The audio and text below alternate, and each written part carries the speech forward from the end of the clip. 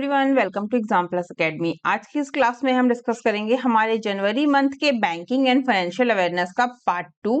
आज हम इसका पार्ट 2 कवर करेंगे। जल्दी इसका पार्ट 3 भी मैं आपके लिए लेके आऊंगी। तो part 1, part 2 and part 3 complete होने के बाद आप लोग नीचे दिए गए लिंक से कंप्लीट पीडीएफ डाउनलोड कर सकते हैं, जिसमें आपको जनवरी के सारे ही पार्ट्स मिलेंगे, हिंदी और इंग्लिश दोनों ही, जैसा क्लास में पढ़ाया गया है एज इट इज आपको पीडीएफ में भी प्रोवाइड किया जाएगा।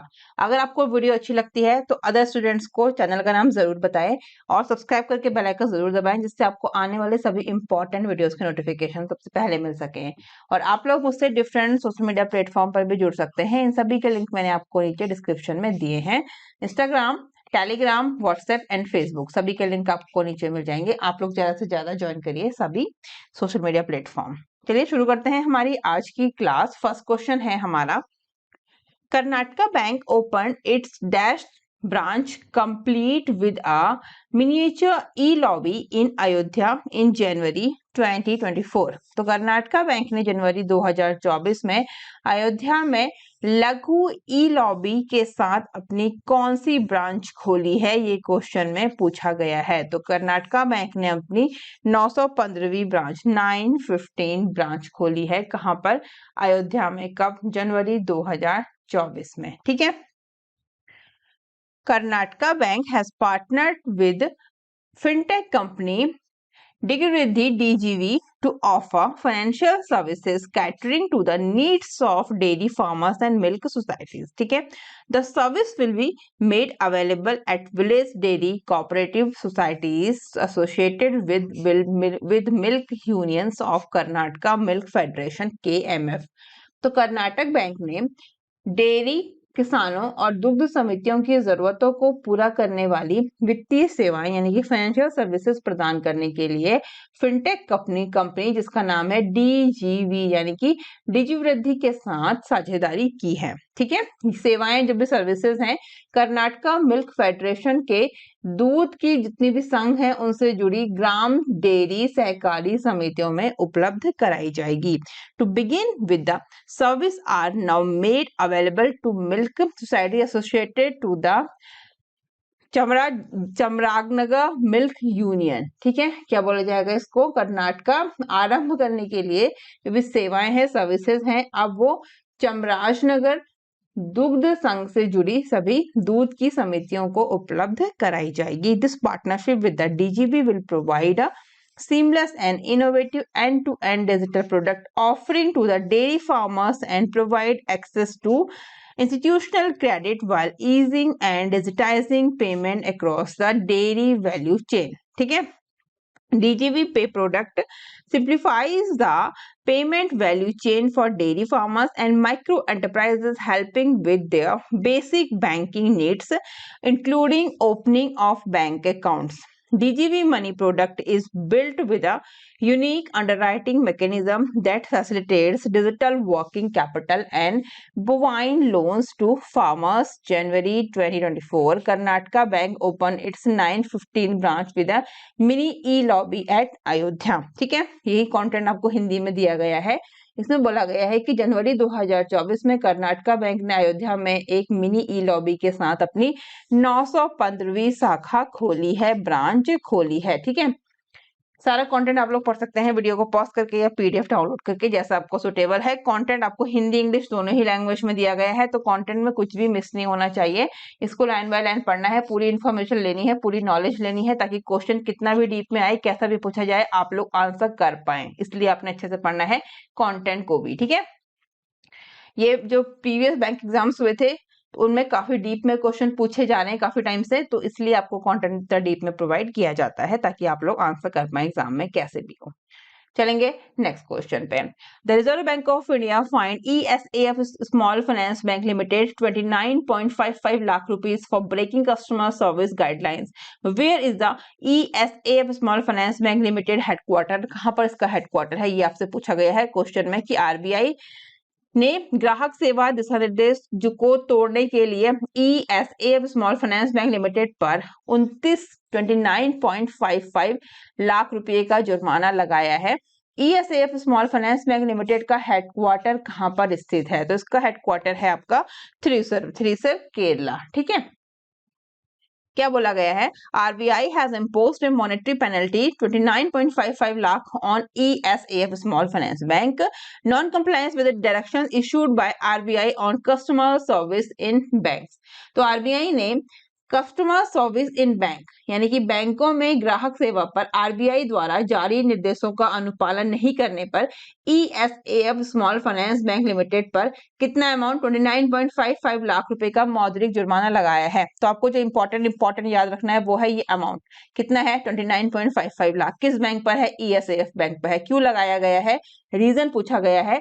तो रीजन है कस्टमर सर्विस इन बैंक पर आरबीआई ने जो भी अपने गाइडलाइंस दिए हैं उनका पालन नहीं करने पर ESAF small finance bank limited पर आरबीआई ने 29.55 लाख रुपए का जुर्माना लगाया है। ठीक है, ये सारे पॉइंट्स याद हो गए। किस पे लगाया है, बैंक का नाम ESAF small finance bank limited. कितना अमाउंट है, 29.55 लाख। क्या है, आरबीआई के डायरेक्शंस जो दिए गए थे किस पर, तो कस्टमर सर्विस इन बैंक्स पर, तो वो डायरेक्शंस पूरे नहीं हुए हैं, उनका पालन नहीं किया गया है, इसलिए लगाया है। The penalty has been imposed in exercise of powers vested in RBI under the provision of Section 47A read with Section 46 of the Banking Regulation Act 1949। बोला गया है कि ये जुर्माना जो है बैंकिंग रेगुलेशन एक्ट 1949 की धारा 46 धारा कितना 46 4 और किस किस के अकॉर्डिंग लगाया गया है कि साथ जो अलग धारा है 47A के प्रावधानों के तहत आरबीआई में निहित शक्तियों का प्रयोग करते हुए लगाया है। एक्ट आपसे पूछा जाएगा तो banking regulation act 1949। This action is based on the deficiencies in the regulatory compliance and it is not intended to pronounce upon the validity of any transaction or agreement entered into by the bank with its customer. Thus, the statutory inspection of supervisory evaluation of the bank was conducted by RBI with reference to its financial position as on March 31st, 2022. ठीक है, इसी के साथ ही आपको other important points भी content में दिए गए हैं और ये पॉइंट्स आपने पढ़ने हैं, वीडियो को पॉज करके या पीडीएफ डाउनलोड करके लाइन बाय लाइन पढ़ना है। ये सभी कुछ जैसे सुटेबल है, हिंदी इंग्लिश जो लैंग्वेज समझ में आती है उसमें कंफर्टेबल फील करते हैं वो लैंग्वेज में आपको पढ़ना है सभी कुछ कंटेंट में। बात करेंगे ESAF स्मॉल फाइनेंस बैंक की हेडक्वार्टर है थ्रिसुर केरला में, MD/CEO है के पॉल थॉमस और founded in 10th of March 2017। Next question, are specialist financial instrument okay called Samyam Siddha was created by State Bank of India specifically for SHG women entrepreneurs looking for loans up to how many lakh। पूछा गया है कि स्वयं सिद्ध नामक एक विशेषज्ञ वित्तीय उपकरण भारतीय स्टेट बैंक के द्वारा विशेष रूप से SHG महिला उद्यमियों के लिए बनाया गया था जो कितने लाख तक के ऋण की तलाश में है, ये पूछा गया है। राइट आंसर क्या हो जाएगा इसका, ₹5 lakhs is the right answer. The Rural Development Ministry and SBI signed a MOU to facilitate enterprises financing for rural self-help group। self-help group मतलब SHG। ठीक है, क्या बोला गया है, The MOU was signed by Additional Secretary Deen Dayal Antyodaya Yojana, National Rural Livelihood Mission और Charanjit Singh and chief general manager State Bank of India corporate office Mumbai Shantanu Pendse. Specialized financial product Swayam Siddha State Bank of India introduced a specialized financial product Swayam Siddha exclusively tailored for SHG women entrepreneurs seeking loan up to ₹5 lakh। This initiative is designed to alleviate the challenges associated with extensive documentation requirements for bank loan application and reduce the turnaround time TAT। ठीक है, ऐसे ही other important points भी दिए गए हैं like a simplified application process, facilitation by day NRLM and training tool kit package launch and developed in collaboration with the IFC। ये सारे points आपने पढ़ने हैं, वीडियो को पॉज करके पीडीएफ डाउनलोड करके जैसे सुटेबल है। स्टेट बैंक ऑफ इंडिया की बात करेंगे हम तो CFO सबसे पहले देख लेते हैं। CFO कौन है, chief financial officer is the full form of CFO। कौन है, कामेश्वर राव कोदावंती। ठीक है, चेयरपर्सन दिनेश कुमार खारा, headquarter Mumbai, founded in 1 July 1955, establish. ठीक है, next question, Which bank limited is subject to a monetary penalty of ₹120.47 lakh by the RBI for breaking the rules of deposit, know your customer policies and loans। तो जमा अपने ग्राहक को जाने नीतियों और ऋण के नियमों को तोड़ने के लिए आरबीआई के द्वारा किस बैंक लिमिटेड पर 120.47 लाख का मौद्रिक जुर्माना लगाया है। अमाउंट कितना है, 120.47 लाख रुपये। Dhanlaxmi bank is the right answer. ठीक है, The Reserve Bank of India has imposed a monetary penalty of rupees 120.47 lakh on Dhanalakshmi Bank Limited for non-compliance with certain directions issued by RBI on loans and advances, statutory and other restrictions. ठीक है, Reserve Bank of India KYC Direction 2016 and RBI Interest Rate on Deposits Direction 2016. This penalty has been imposed in exercise of powers vested in RBI conferred under the provision of Section 47A. Read with Section 47 of the Banking Regulation Act 1949. This section is based on the deficiencies in regulatory compliance, and it is not intended to pronounce upon the validity of any transaction or agreement entered into by the bank with its customer. ठीक है, the statutory inspection of supervisory evaluation of the bank was conducted by RBI with reference to its financial position as on March 31st, 2022.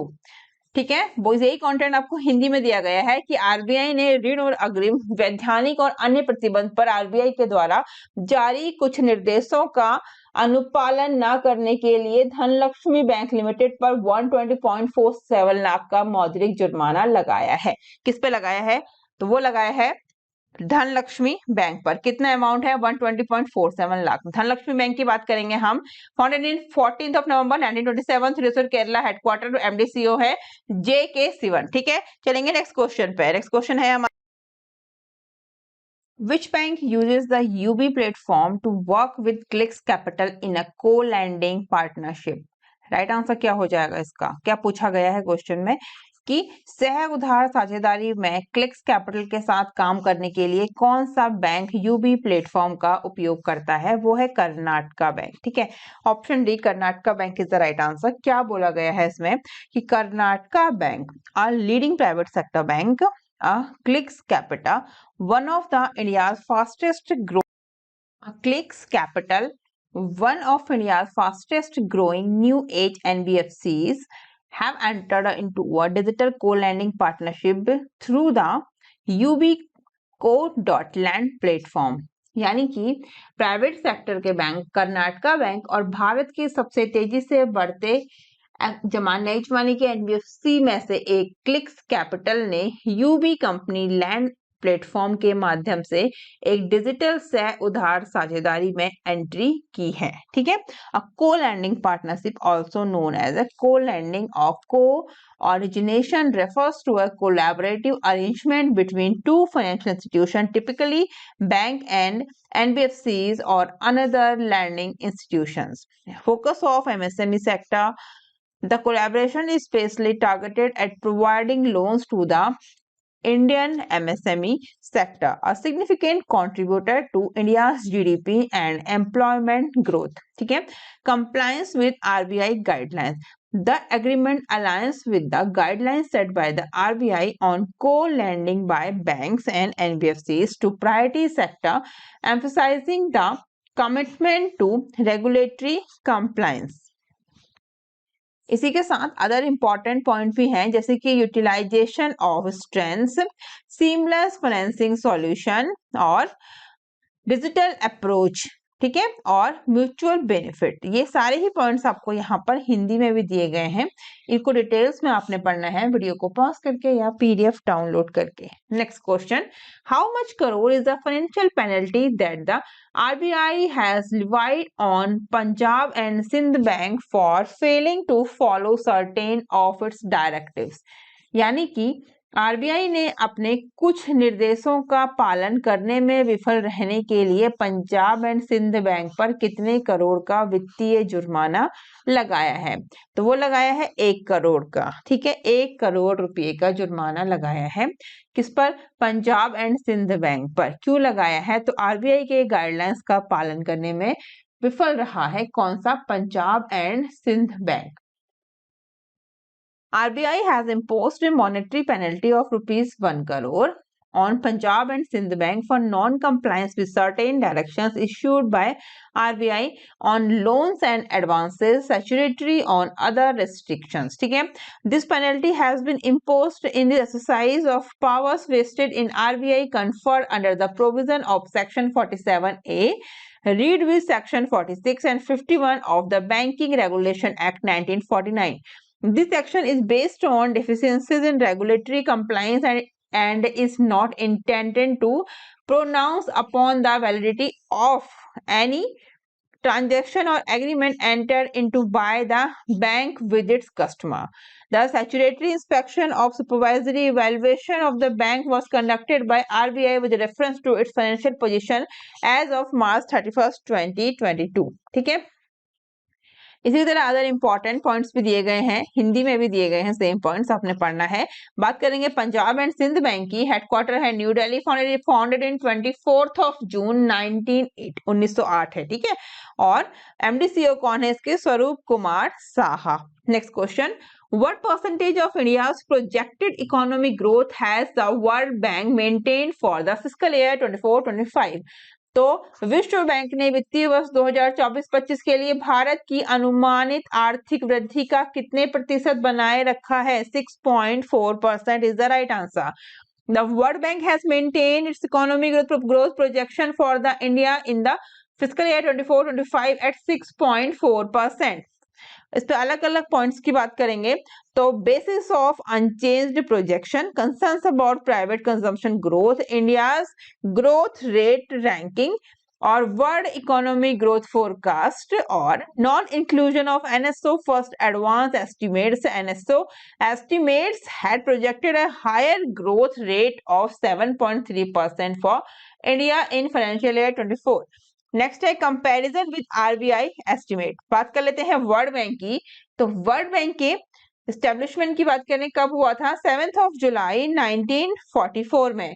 World bank का headquarter कहां पर है? Washington DC US में। President है अजय बंगा, Indian origin Ajay बंगा, ठीक है।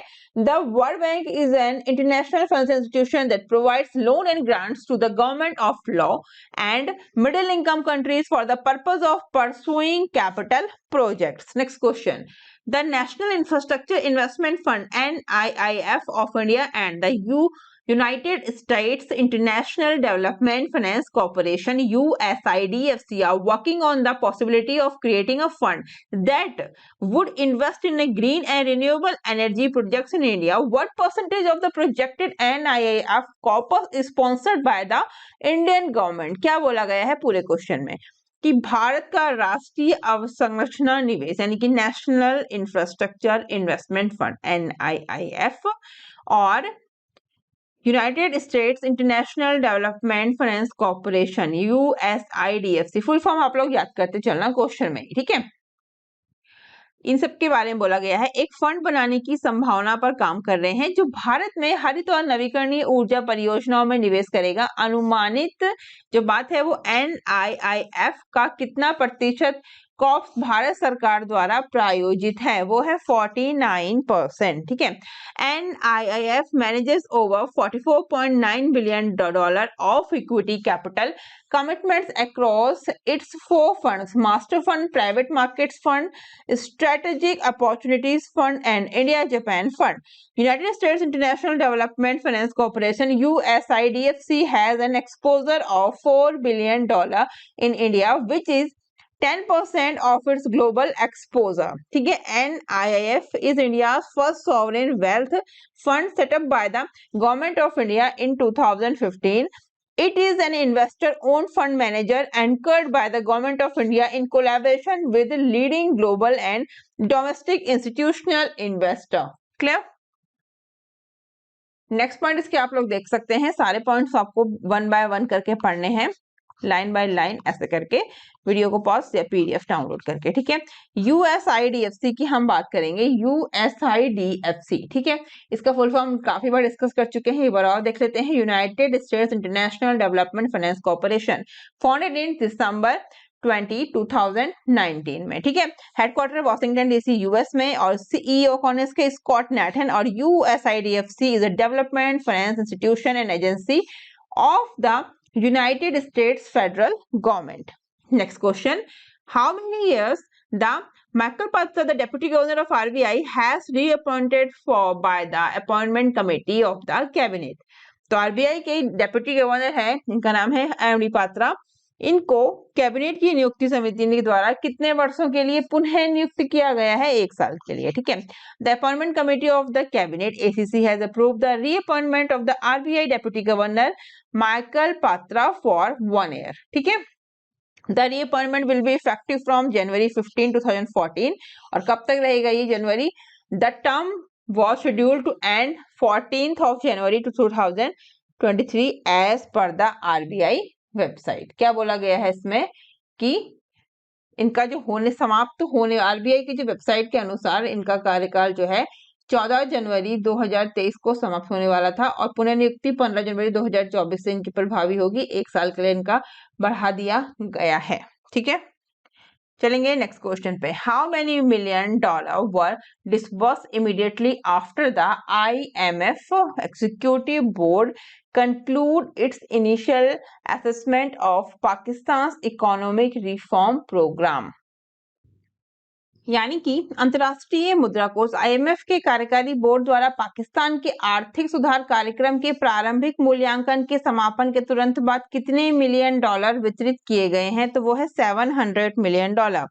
Amid the crippling economic woes in Pakistan, the executive board of the IMF completed its first review of the country economic reforms program and allowed the immediate disbursement of $700 million।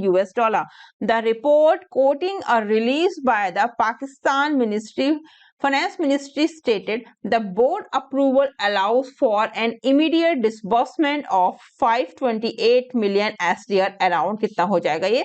$700 million, ठीक है। Bringing the total disbursements under the SBA to $1.9 $1.9 क्या? $1.9 billion।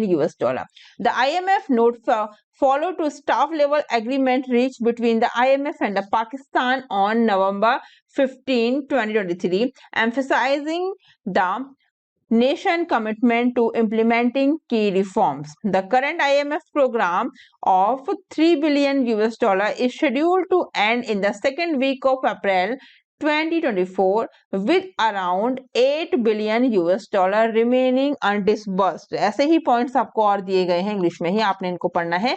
हम बात करेंगे IMF की। Headquarter Washington DC US, MD Kristalina Georgia और membership इसकी है 190 country, 189 UN country and Kosovo. Next question. The Gujarat government and the Shanghai based NDB inked a loan agreement for how many $1 million? कितना? $500 million, ठीक है। गुजरात सरकार और संघाई स्थित जो है NDB ने कितने $1 million के लोन पर हस्ताक्षर किए हैं? वो है $500 million। संघाई हेडक्वार्टर किसका? NDB signed an agreement for providing $500 million loan to the Gujarat government. As part of Vibrant Gujarat Summit, a project loan will be provided for the state Mukhyamantri Gram Sadak Yojana.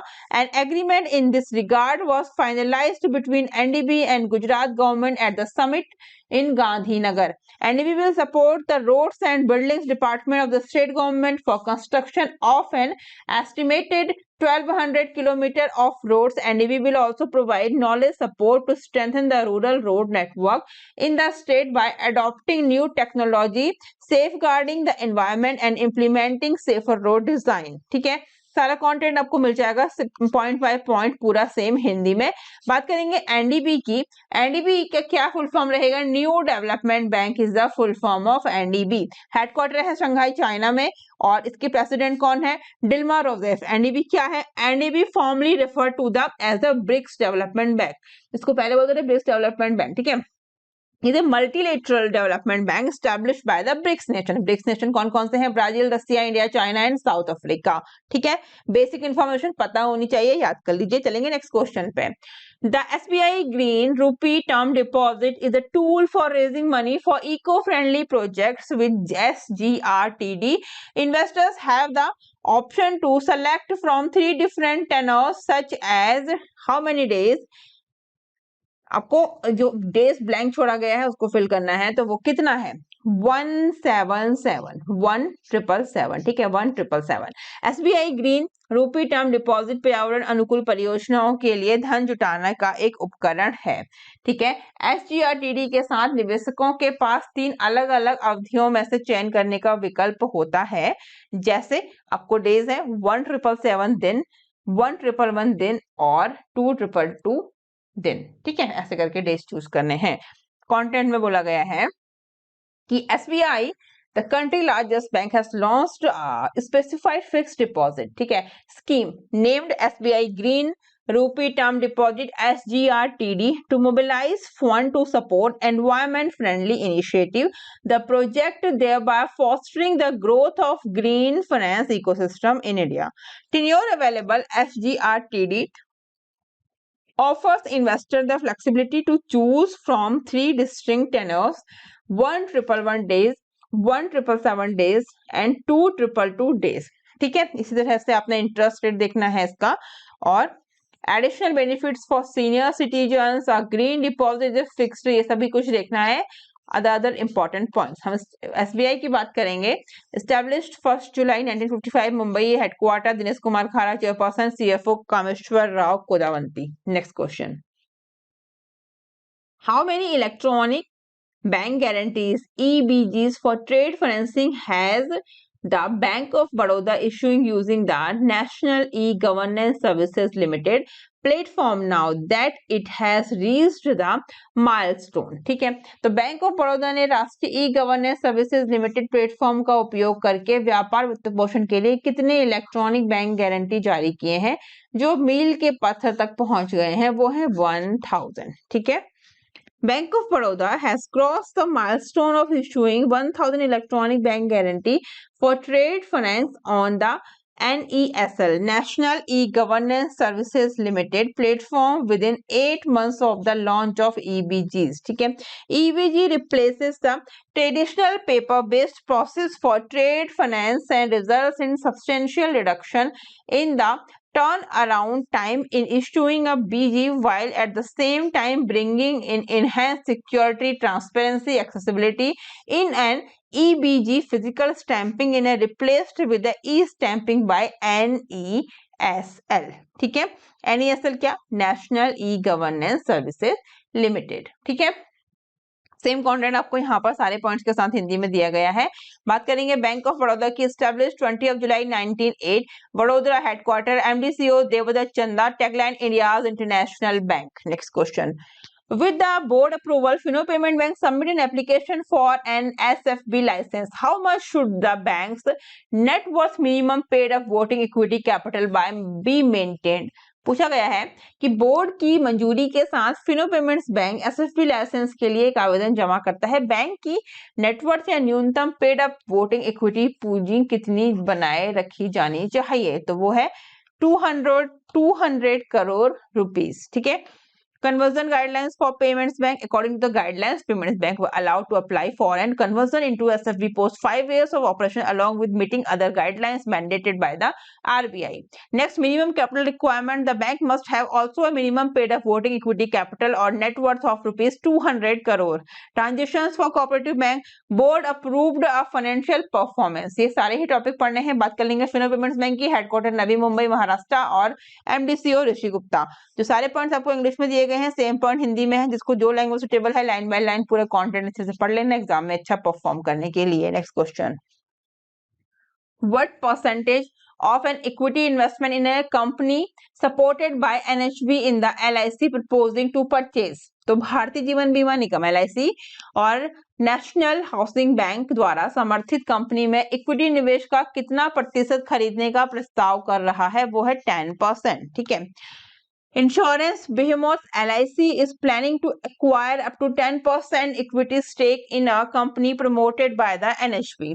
According to regulatory filing by LIC with the stock exchange, the board of directors of LIC Monday gave their approval to the proposal to invest in the NHB promoted entity that would focus on residential mortgage backed securities, RMBS. RMBS are basically debt based asset backed by the interest paid or residential. ये सारे ही points आपने पढ़ने हैं 1 by 1, ठीक है, और ये points छोड़ने नहीं है, हिंदी में भी दिए गए हैं, आसान रहेगा जिसको जो में वो आप लोग उस लैंग्वेज में पढ़ के समझिए। बात करेंगे हम यहाँ पे बेसिक इन्फॉर्मेशन जो आपको किसी भी फाइनेंशियल ऑर्गेनाइजेशन के बारे में देते हैं, इसका डिस्कस करते हैं। तो एनएचबी का अभी डिस्कशन हुआ है, तो एनएचबी के बारे में बात कर लेते हैं। हेडक्वार्टर कहाँ पर रहेगा? न्यू दिल्ली, और एमडी कौन है? शरद कुमार हुड्डा, ठीक है। एनएचबी सुपरवाइज एचएफसीज while regulation of HFCs is with the RBI. NHB is the apex regulatory body for overall regulation and licensing of housing finance companies in India. It is under the jurisdictions of the Ministry of Finance, Government of India. It was set up in 9th of July 1988 under the National Housing Bank Act 1987. NHB Residence is the country's first official housing price index. It captures movements in the prices of residential real estate prices. Headquarter की बात करेंगे LIC की, चलते हैं LIC पे।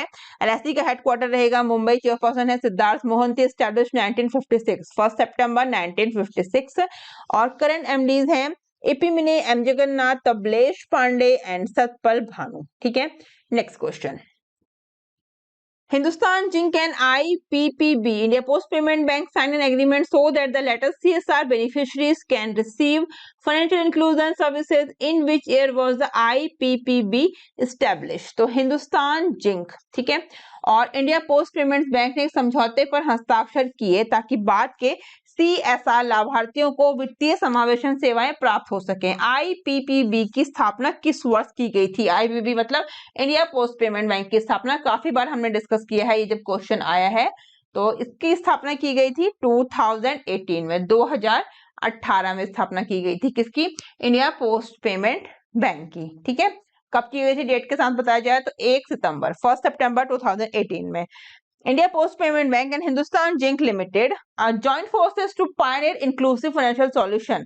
The MOU between IPPB and Hindustan Zinc Limited was signed by Sri Gursharan Rai Bansal, Chief Sales and Marketing Officer, India Post Payment Bank, and Sri Aruna Mishra, CEO of Hindustan Zinc, joining hands with the Hindustan Zinc Limited. ठीक है, ये सारे points आप देखना, और यही points आपको दिए गए हैं नेक्स्ट पेज में हिंदी में। बात करें इंडिया पोस्ट पेमेंट बैंक की इंपॉर्टेंट पॉइंट्स के बारे में, तो India Post Payment Bank has been established under the department of post, ministry of communication, with 100% equity owned by the government of India. Establish कब हुआ था? लॉन्च कब हुआ था? सितंबर 1 सितंबर 2018, 1 सितंबर। इसके अलावा और क्या एस्टैब्लिशमेंट, किसकी एस्टैब्लिशमेंट डेट है, किस फाइनेंशियल ऑर्गेनाइजेशन की? तो वो है LIC की। LIC कब है? 1 सितंबर 1956। The bank has been set up with the vision to build the most accessible, affordable and trusted bank for the common man in India. The fundamental mandates of the India Post Payment Bank is to remove barriers for the unbanked and reach the last mile, leveraging the postal network comprising, ठीक है, post offices, 14 rural areas and इतना, ठीक है, ये आप देख लेना अच्छे से। चलेंगे नेक्स्ट क्वेश्चन पे। नेक्स्ट क्वेश्चन में क्या बताया गया है? As of right now, Nadia Calvino is the president of EIB. What is the full form? So European Investment Bank. She is the first woman to head the organization and the कौन सी president है European union bank की? पहली बात तो ये first women है, ठीक है, जो लीड कर रही हैं यूरोपियन इन्वेस्टमेंट बैंक। लीड का मतलब क्या है यहाँ पे? वो यहाँ पे मतलब है हेड है, ठीक है, फर्स्ट वुमेन। और इसके अलावा ये प्रेसिडेंट कौन सी है यूरोपियन यूनियन बैंक की? तो ये है 8th प्रेसिडेंट, ठीक है। इनका नाम क्या है? नाडिया कैल्विनो, ठीक है। फिलहाल नाडिया कैल्विनो यूरोपियन इन्वेस्टमेंट बैंक की अध्यक्ष है। वो संगठन की प्रमुख बनने वाली पहली महिला और यूरोपियन यूनियन बैंक की 8वीं अध्यक्ष हैं, ठीक है। इनका नाम है Nadia कैल्विनो। Nadia Calvino assumed the role of president of the EIB. Calvino takes over the Werner Hoyer, who has the president of the bank since 2012, the 8th president of the European Union Bank. Calvino is the first woman to lead the institutions. She also the first Spaniard to head the bank. Nadia Maria Calvino, senator born on, ये सब इनकी basic information है, इसको आप देख सकते हैं interested है तो, ठीक है। ये हिंदी में सारे पॉइंट। हम बात करेंगे यहाँ पे यूरोपियन यूनियन बैंक की, जो काफी इंपॉर्टेंट है। तो फाउंडेड इन 1958, हेडक्वार्टर लक्समबर्ग, ठीक है। प्रेसिडेंट कौन है? नाडिया कैल्विनो सांता मारिया, ठीक है। The European investment bank is the European union investment bank and is owned by the 27 member states. It is the largest multilateral financial institutions in the world, ठीक है। It is the largest multilateral financial institution in the world. कौन? European union bank. ये information याद रखना अच्छे से, ठीक है। और ये क्वेश्चन इंपॉर्टेंट इसलिए हो जाता है कि फर्स्ट फीमेल हेड है ये यूरोपियन यूनियन बैंक की, इसलिए ये क्वेश्चन इंपॉर्टेंट है। कोई भी फीमेल फर्स्ट टाइम किसी भी फाइनेंशियल ऑर्गेनाइजेशन की हेड बनती है तो क्वेश्चन इंपॉर्टेंट हो जाता है। इनका नाम याद रखना, Nadia Calvino, the first female president of the European investment bank. और 8th, अगर पूरी बात करें कितने प्रेसिडेंट हुए हैं तो अभी 8th नंबर की प्रेसिडेंट है। फीमेल की बात करें तो फर्स्ट फीमेल है, ठीक है। Next question. P. Santosh has been appointed as the National Asset Reconstruction Company Limited MD and CEO. Which bank does he formerly work for a Chief General Manager? तो P. संतोष को NARCL के MD और CEO के रूप में नियुक्त किया गया है। वह पहले किस बैंक के मुख्य महाप्रबंधक के रूप में काम करते थे? राइट आंसर क्या हो जाएगा? Canara Bank is the right answer. P. Santosh, Chief General Manager at Canara Bank, appointed as MD and CEO of NARCL. Natarajan Sundar, the former MD and CEO of NARCL, resigned from the post. Natarajan Sundar is the second person among NARCL top management to resign from the post before completing their tenure. In August 2023, Karnam Sekhar, chairman of NARCL, resigned ahead of his term without specify any reason. ठीक है, ये सारे ही point ऐसे basic points दिए गए हैं, ये आपने देखने हैं। और ये सारे पॉइंट्स आपको दिए गए हैं हिंदी में, सेम जो इंग्लिश में दिया गया वही कंटेंट हिंदी में है। NARCL की हम बात करेंगे, ठीक है। फुल फॉर्म सबसे पहले देखते हैं, तो national asset reconstruction company limited is the full form of NARCL, ठीक है। अब NARCL का हेडक्वार्टर मुंबई और chairperson Divakar Gupta, MD CEO P. Santosh. और Canara bank is the sponsor bank of NARCL with over a 10% stake. Public sector banks are major share holder of NARCL, ठीक है, important. Next question. For students and educational institution, LEO1 and NSDL Payment Bank presented a prepaid identity card. Which company act as the network partner? ठीक है, तो छात्रों और शैक्षणिक संस्थानों के लिए LEO1 और NSDL पेमेंट बैंक एक प्रीपेड पहचान पत्र पेश करते हैं। कौन सी कंपनी नेटवर्क पार्टनर के रूप में कार्य कर रही है? वो है मास्टर कार्ड, ठीक है। EDU fintech startup LEO1 in collaboration with the NSDL Payment Bank and with Mastercard as network partner. कौन सा पार्टनर है इसका? मास्टर कार्ड इसका नेटवर्क पार्टनर है। किसका? EDU fintech startup LEO1 in the collaboration with the NSDL Payment Bank and with the Mastercard network partner launched India's first numberless prepaid ID card for students and educational institutions. As per the fintech startup, the prepaid students card is designed with an aim to provide educational institutes and students with a streamlined and cost-effective payment solution. ठीक है, ये सारे ही points आपने देखने हैं और जो हिंदी में भी आपको दिए गए हैं, ठीक है, ये सारे पॉइंट्स। बात करेंगे हम about LEO1 established 2017 Mumbai headquarter, founder and MD Rohit Gajbhiye, ठीक है। Next question.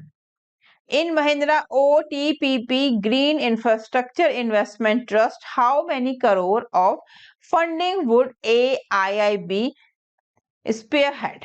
तो महिंद्रा OTPP के ग्रीन इंफ्रास्ट्रक्चर इन्वेस्टमेंट ट्रस्ट में AIIB के कितने करोड़ की फंडिंग का नेतृत्व करेगा? वो है 2500 करोड़ रुपए। कितना? 2500 करोड़ रुपए, ठीक है।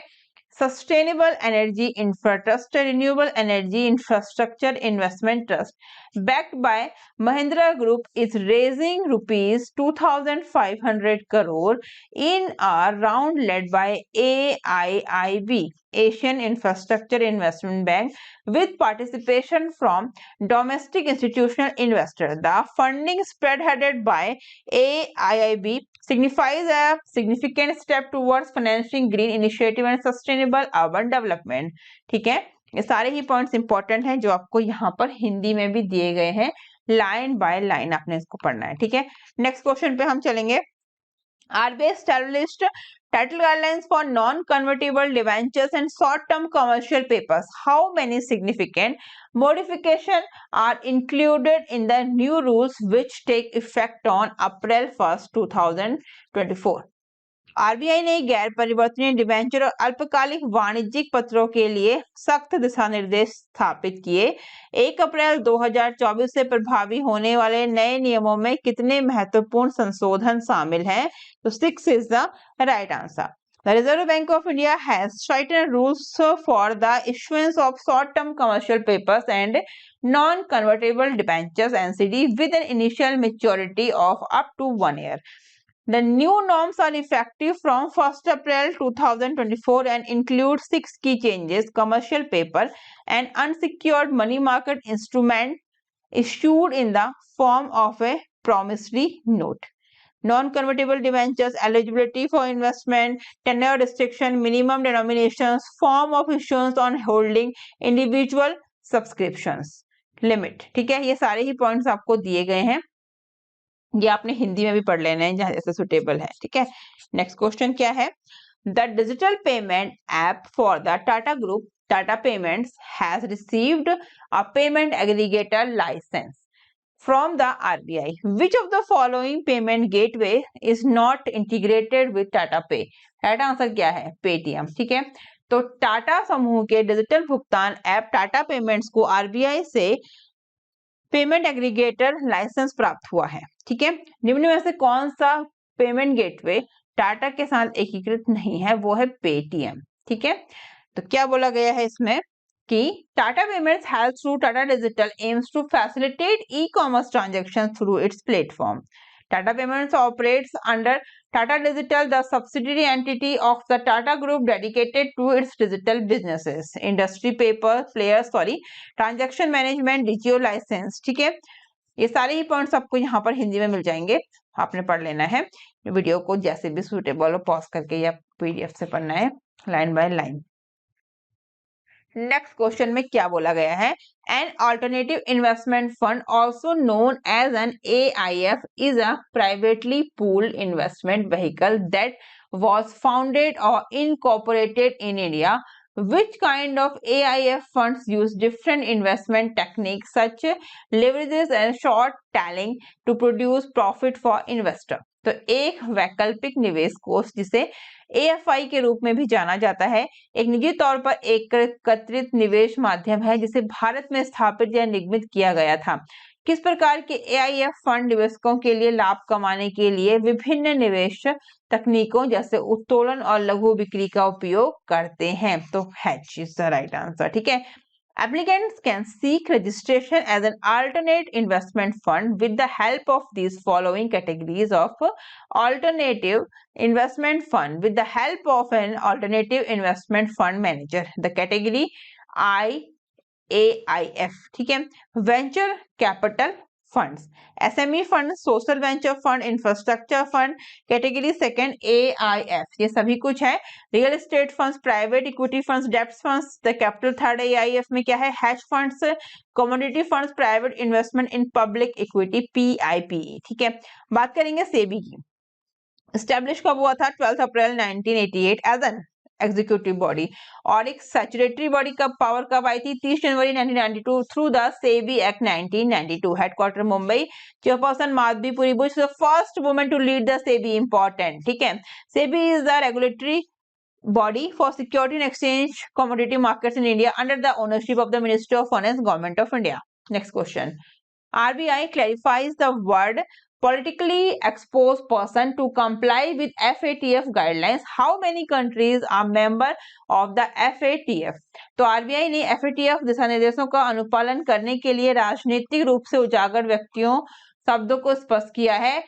FATF के कितने देश मेंबर हैं? 39 है, ठीक है। How many countries are member of the FATF? तो कितने हैं? 39। FATF क्या है? Financial action task force. क्यों क्वेश्चन बनाया है ये? तो RBI updated KYC norms for politically exposed person who transact with regulated entities seeking to comply with the recommendations of the FATF. It is the amendment KYC Master Direction. The central bank defines PEP as individuals who have held or currently entrusted with the prominent public functions by a foreign country.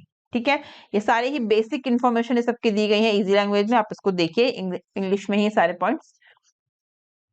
FATF की बात करेंगे, establish 1989 Paris headquarter. FATF is international governmental policy making standard sitting body dedicated to combating money laundering and terrorist financing. ठीक है, in 2001 it is mandate expanded it to include terrorism financing.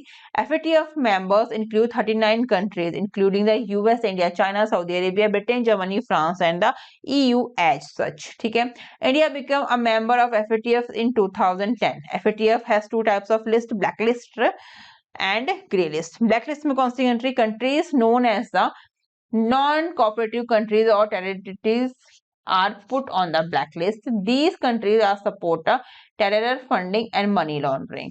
3 countries, North Korea, Iran and Myanmar, are currently on FATF blacklist. Grey list, countries that are considered a safe haven to supporting terrorism funding and money laundering are put on the FATF grey list. This inclusion survey as a warning the country that is may enter the blacklist. पूरी information FATF के interested है तो आप पढ़ सकते हैं, ठीक है। Next, IRDAI approves Narayana health insurance business launch. The number of standalone health insurance companies will rise from 5 to how many with this approval?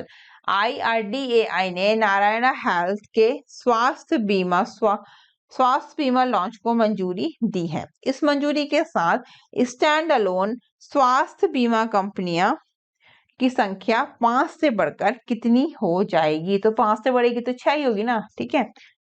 Narayana Health has received approval from the IRDAI to venture into the health insurance business in India. The company operates one of the largest hospital chains known by the brand name Narayana Hospital. With this approval, the count of SAHI standalone health insurance companies will increase 5 to 6.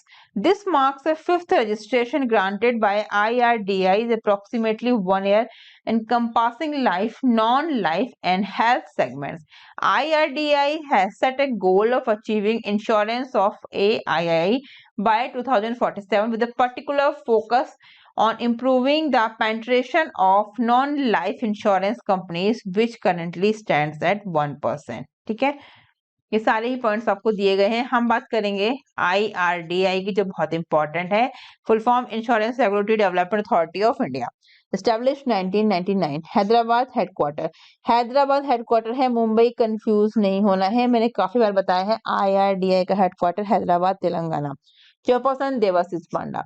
IRDAI is a statutory body under the jurisdiction of the Ministry of Finance, Government of India, is tasked with regulating and licensing the insurance and reinsurance industry in India. ठीक है, next question.